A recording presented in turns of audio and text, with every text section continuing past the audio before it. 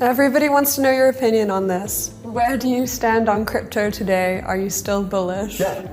Any new technology, I don't care what it is, and I've been involved with a lot of new technologies, disruptive technologies. I could take you back to the early days of streaming when we were the very first commercial streaming company, and right off the bat, it was hard to use. If you think back to 1995 and you wanted to stream just audio, you had to have a subscription with an internet service provider. Then to make that work, you had to download a client which had a TCP/IP client.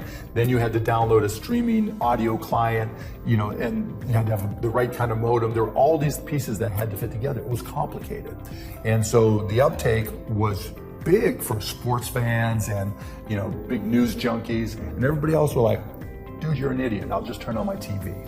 I'll just turn on the radio. What the hell do I have to go through all that hassle to just listen to a sporting event? And we reached that initial stage, and then all of a sudden it got a little bit boring, right? Because you had to wait for the new applications to come along. We had to wait for live to come along. We had to wait for video to come along. We started, streaming audio in 1995. When we did video, it was 1998, and even then it was only postage stamp size. And it was only, in 2012, let's say 2013, 14, almost 20 years later, where people looked at streaming like, okay, it's normal, right? You just click on Netflix and it just streams, and you don't have to do anything else. Well, with crypto, it's very analogous to that. We're in the early hassle phases. Now, the very earliest of crypto, however you want to decide the beginning with Bitcoin or whatever, has been around 12 years. But in terms of applications with smart contracts, that's only 2017 for the most part. And so we're really only 5 years in. I'm still really bullish on crypto. We had some early wins, just like, streaming audio with sports and news. Now, with crypto, you have DeFi and you have, money transfer and some other applications, but you haven't had any mainstream applications where your mom says, okay, we've got to get a wallet because I have to do A, B, or C, right? It's been DeFi, NFTs, and money transfer. And so it's kind of boring right now. We're waiting for that next round of applications, and there's a lot of people working on them. NFTs for the resale of books. So we take NFTs past the collectible markets to the utility markets. NFTs for refi, which is for carbon offsets, buying and selling and trading carbon offsets, and even burning them so that they're not resold all the time, but they have a direct impact on the environment. And there'll be more and more and more of those applications that that are more mainstream. But they're not all the way here. They're not truly mainstream yet. And so we're going through that lull. And you saw the same thing with the internet too, right? Until mobile phones came along from 1995 to 2007 with the iPhone, right? I mean, you had Amazon, you could go shopping and you could stream, but it wasn't like it was just earth shattering. But once we got it on mobile, then we got the App Store in 2009. And then even remember the first apps on the App Store were like, here, look, let me hold my phone like this. Yeah, it looks like I'm drinking a beer. Just dumb shit. There's no reason why crypto's going to be any different.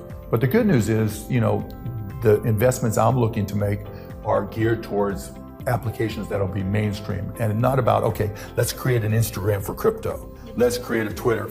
Not Me Too type applications.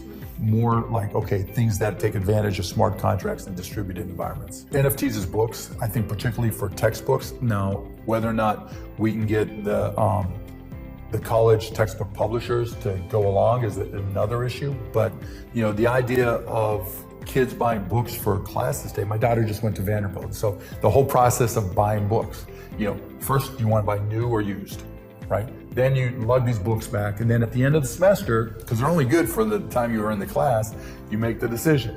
Yeah, I'm going to sell it. How do I sell it? Do I ship it off? Do I take it to the bookstore? It's just a pain in the ass, and in the digital world, it's ridiculous. And with those as NFTs, well, the NFTs allow you to apply royalties that when that book is resold, the author and the publisher and whoever else is involved can get a set royalty fee. So that means that, the publishers and people who created the book can keep on getting paid, whereas when there's a physical book that gets sold and resold, they have to hope that book falls apart, so that they can sell a new one. And so I think that's a great application. As I talked about environmental impact with trading the carbon offsets. I think insurance, being able to very easily buy insurance. But I think in terms of the home run type applications, and more complicated, longer to develop type things, I think things like health insurance, right? The whole process of getting a claim pre-approved or approved after the fact is horrible. Nobody likes dealing with their insurance company, their health insurance company. First of all, for pre-approvals, you never know whether or not you'll get pre-approved or not. And when you go, it's not like the UK where you just go to the NHS and you just hope they have it, not if you'll get approved. Here it's like, all right, I have this need, the doctor's prescribing it for me, but I can't afford to pay it out of pocket. And so what am I going to do if my insurance company doesn't approve it? Well, with crypto, you could reinvent how insurance claims are pre-approved or approved by creating an environment where you have 1,000 validators. There's different types of roll-ups, optimistic roll-up where you have validators and challengers, right? So you can train people to be a validator and pay them every time they validate, approve or don't approve a claim. The optimistic roll-up side of it, the challengers will say, okay, you didn't approve this, but not for the right reason. Your training says you should have approved it. I'm challenging it. So anything that you're staking that you put up to get paid for that, I get. And that keeps it honest. That's just a crypto way of keeping things honest.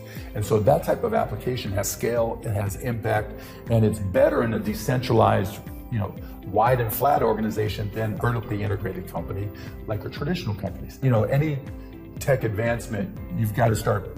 Steve Jobs had this great saying. He said, everything's a remix. And you have to look at new technologies and look at things the way they're being done and say, okay, how can I remix these together? How can I do a mashup in music terms, right? And if you can mash this stuff up and have it make sense and make it easier and better for people to use, that's a big win.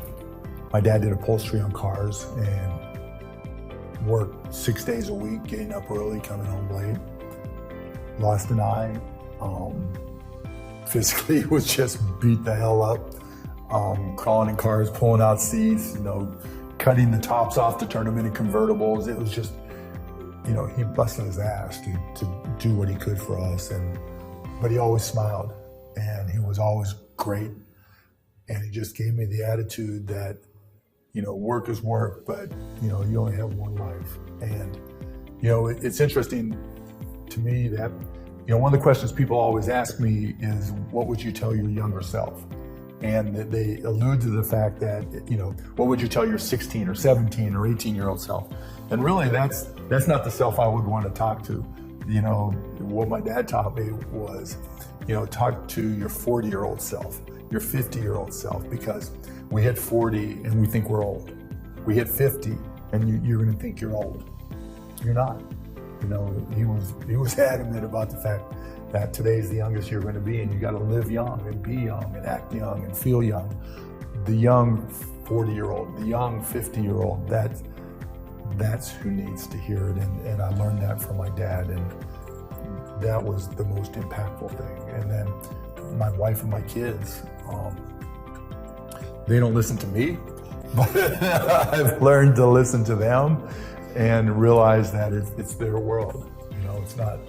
And what I do today that can make their future better and brighter is important. And that the game is different, whether it's climate change, whether it's healthcare. My generation's an embarrassment.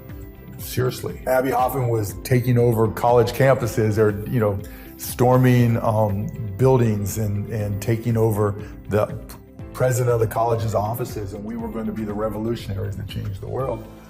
We turned into the people who watch, TV news all the time and make all our decisions from watching newscasts. That's an embarrassment. I want to avoid that and try to fight that off and try to learn as much as I can from my kids. And I'll give you one quick example. I love to read, and I try to get my son, and particularly my middle daughter, to read, and they're like, nah, we get it from video.